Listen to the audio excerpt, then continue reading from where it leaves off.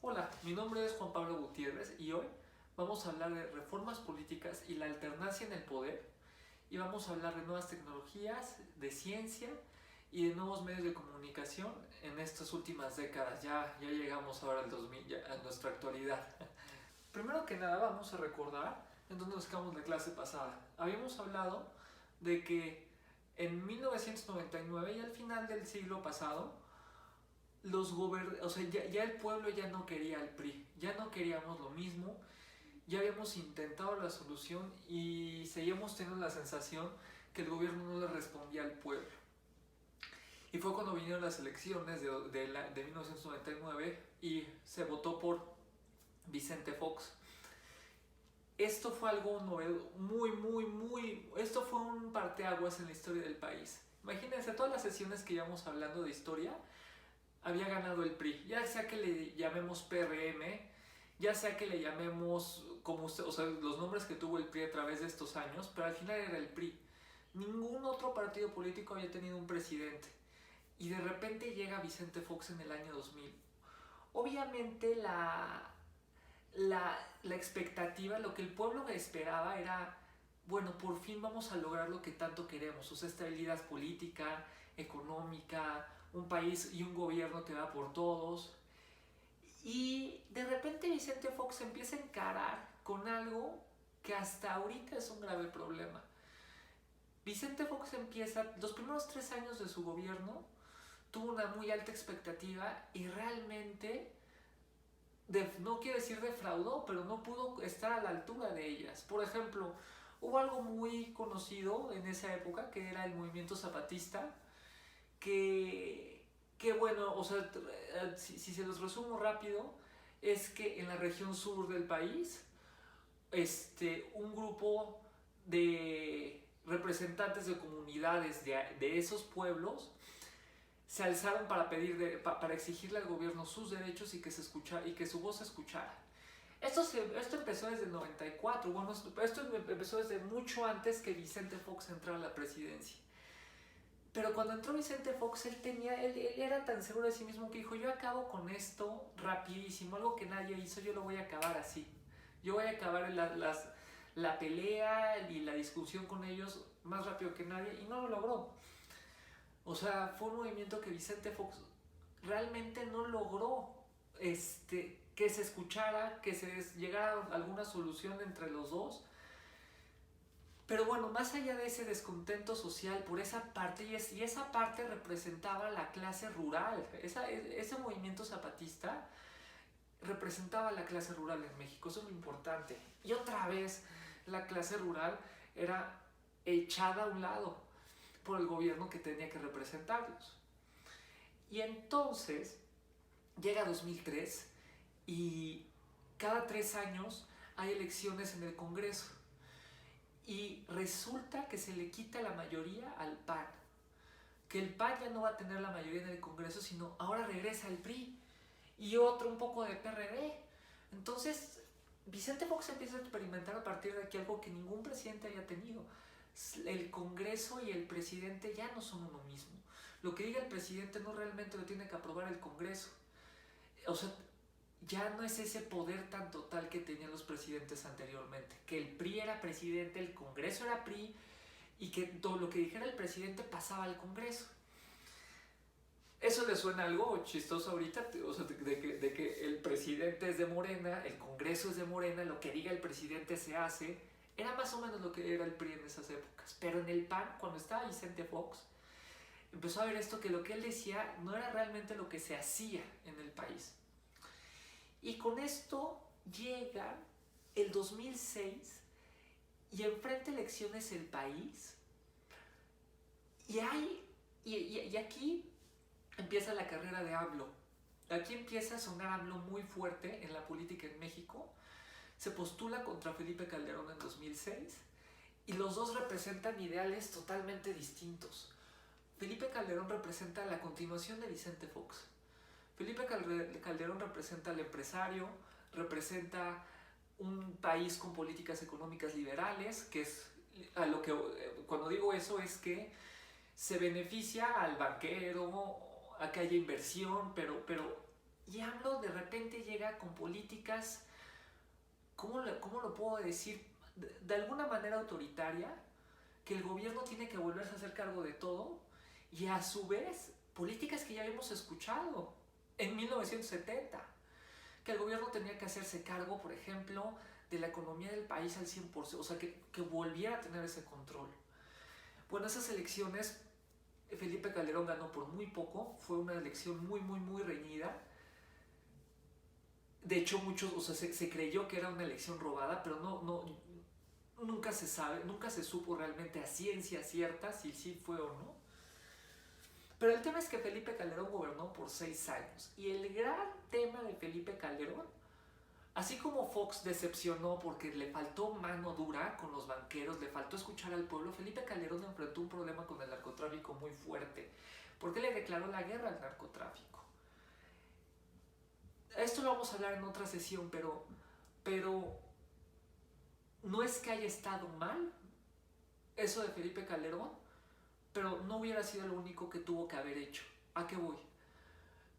Tú como gobierno no puedes dejar que el narcotráfico haga lo que sea, pero la única manera no es la única manera que existe combatiéndolo con armas. Hay otras maneras que Felipe Calderón no implementó en 6 años de gobierno. Felipe Calderón también enfrentó muchos retos, dado que tampoco el Congreso era mayoría PAN. El Congreso también había mucho PRD, había mucho PRI, había PAN. Entonces lo que decía Felipe Calderón, hay algo muy famoso que es la reforma energética, que lo que se proponía era privatizar a Pemex y que otras empresas pudieran entrar a México pagando por el petróleo mexicano. No quiero complicarlo más, pero supongamos que quería vender parte de Pemex a gente privada, a bancos, pero cuando Pemex era el gobierno, cuando Pemex era el orgullo de México, como lo platicamos con Cárdenas, Calderón dijo, bueno, esto ya no funciona así, tenemos que modernizarlo, y por ejemplo eso no se aprobó, porque el Congreso no era mayoría PAN, era mayoría PRD, que PRD apoyaba a López Obrador, y López Obrador decía que el petróleo era mexicano y no tenía por qué venderse, lo que decía Lázaro Cárdenas. Y entonces, con esto llega 2012 y se vuelve a postular AMLO, pero ahora se postula Peña Nieto también, Enrique Peña Nieto por el PRI. ¿Y qué pasa en México? ¿Qué pasa en México? O sea, ¿por qué gana Enrique Peña Nieto en 2012? ¿Por qué solo duró 12 años el PAN? Si nos ponemos a verlo desde ahorita, fueron unos primeros 6 años de Vicente Fox, que vimos una mano suave, no realmente un líder, no realmente un presidente, sino un gobernante que es para los empresarios, un gobernante empresario que gobierna para los empresarios, pero no para todo el país. Luego tenemos a Felipe Calderón con ese error de ataque al narcotráfico que tanto le afectó. Puede ser que en economía no nos haya ido mal, pero esto en el narcotráfico nos fue muy mal. Fue algo muy sonado con Felipe Calderón. Y de repente llega Enrique Peña Nieto con un plan, no, creo que se llamaba Salvando a México. O sea, bueno, perdón, o sea, los medios lo dieron a conocer como Salvando a México, que era un plan económico, un plan de seguridad. O sea, realmente parecía que Peña Nieto tenía la idea de cómo gobernar un país. Y pues bueno, ganó Enrique Peña Nieto, así, o sea, por mucha diferencia. Pero fueron unos 6 años que realmente lo bonito del gobierno de Peña Nieto duró, yo creo que 2 años. A partir de los 2 años se descubrió, o sea, fue lo de la matanza de los de Ayotzinapa, los 40 creo que eran estudiantes de Ayotzinapa. De repente sale Duarte, metiendo agua a los tratamientos contra el cáncer para niños. Y son una serie de uno tras otro de corrupción. Y de repente empieza el mexicano a recordar un poquito ese PRI de los años 80, a un José López Portillo, por ejemplo, a un Miguel Alemán. Esa corrupción que decía el mexicano, no, esto ya no lo toleramos, sí es cierto. Por eso no habíamos votado por el PRI. se hartó el mexicano de la corrupción. Peña Nieto en la economía no nos fue tan mal. Realmente en política exterior no nos fue tan mal, pero con la corrupción volvimos a lo mismo que ya nos habíamos zafado. Entonces de repente en 2018 llega AMLO, otra vez llega por Morena Andrés Manuel López Obrador, y ahora sí el mexicano dice, tengo que intentar algo nuevo. Y bueno, y como creo que ustedes ya saben, o sea, sí se deben de acordar, AMLO arrasó en las elecciones del 2018, de verdad. Fue impresionante la diferencia que tuvo AMLO con los demás. Pero platíquenlo, por ejemplo, con sus familias, o piensen ustedes lo que escuchan de vez en cuando en su casa, y realmente AMLO ha cumplido con todo lo que ha dicho. ¿Realmente podemos decir que AMLO ha sido la solución a los problemas de México? Esto no lo voy a resolver ahorita, pero quiero que piensen si realmente AMLO fue la solución, o realmente, más importante aún, si nosotros como pueblo, como ciudadanos, tenemos que estar a la expectativa de que un presidente nos salve, o sea, esperar que alguien llegue a salvarnos, o realmente tiene que haber otra solución para que México salga adelante, por ejemplo, entre nosotros. No les voy a platicar ahorita más de esto, nos vamos a platicar más adelante, pero quiero que piensen eso. O sea, quiero que piensen, ya pasamos por un PRI por 70 años, luego un PAN, y ahora Morena. O sea, PRI con Peña Nieto otra vez, que nos fue muy mal. Morena ahorita. Y creo que ya no hay realmente al país. ¿Cuál ha sido el problema? ¿Cuál ha sido el problema de México por tantos años? Pues bueno, o sea, si nos vamos a pensar, podemos decir, creer tanto en los presidentes, o en el gobierno. Pero bueno, eso no quiero tardarme mucho tiempo en eso en la sesión de hoy, lo veremos más adelante. Y bueno, vamos a hablar rápidamente de medios de comunicación, nuevas tecnologías y ciencia. En estos últimos años, un gran avance tecnológico en México fue la implementación de las redes celulares, por ejemplo, y cada vez más el país se conecte, cada vez más gente se entere de lo que pasa en el país, por su celular, por la tele, por el radio, que cada vez más se puede ver que las escuelas tienen sistemas más iguales gracias a que tienen internet. O sea, que una escuela en el campo y una escuela en la ciudad cada vez pueden estar más a la par. Es decir, la tecnología puede jugar mucho a nuestro favor, puede realmente hacer que México sea más próspero, pero también puede hacer, si lo vemos por la parte de la comunicación, que México se vuelva más vicioso. O sea, ahora siempre se criticó que los medios de comunicación alteraban mucho la realidad, es decir, apoyaban mucho al gobierno, eran medios que se decían muy vendidos. Pero ahora hoy en día, en las redes sociales, si ustedes tienen alguna red social, díganme a quién le creen cuando leen una noticia. Pueden verla 20 veces y esas 20 veces se puede escribir de diferentes maneras y puede tener diferentes enfoques, la misma noticia, lo mismo que están narrando.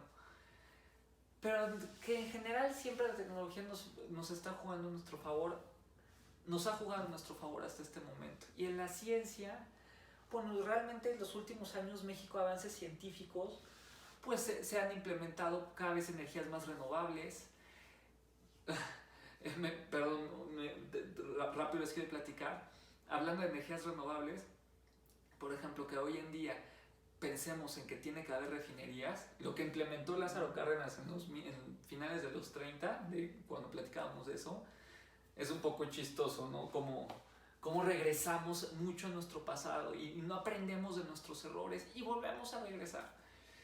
Pero bueno, estamos hablando de tecnologías, tenemos medios renovables, tenemos, como digo, telecomunicaciones, infraestructura, por ejemplo, autopistas, carreteras. O sea, realmente México estos últimos años ha tenido un desarrollo muy rápido en lo que tiene que ver con avances tecnológicos y científicos. Pero justo con lo que más me importa de la sesión de hoy es esa pregunta que les hago y que la próxima sesión lo vamos a ver, las últimas 2 sesiones lo vamos a ver todavía más profundo. ¿Cuál va a ser la solución de México? O sea, ¿cómo vamos a hacer que este país sea lo que queremos? ¿Qué podemos hacer nosotros, los ciudadanos, en el día a día? ¿Qué podemos usar a nuestro favor? ¿De qué tenemos que cuidarnos? De eso quiero platicar las próximas sesiones, pero bueno, quiero que piensen muy bien esa pregunta que les hago. ¿Qué podemos hacer para ayudar a que México sea lo que nosotros queremos, que nosotros esperamos?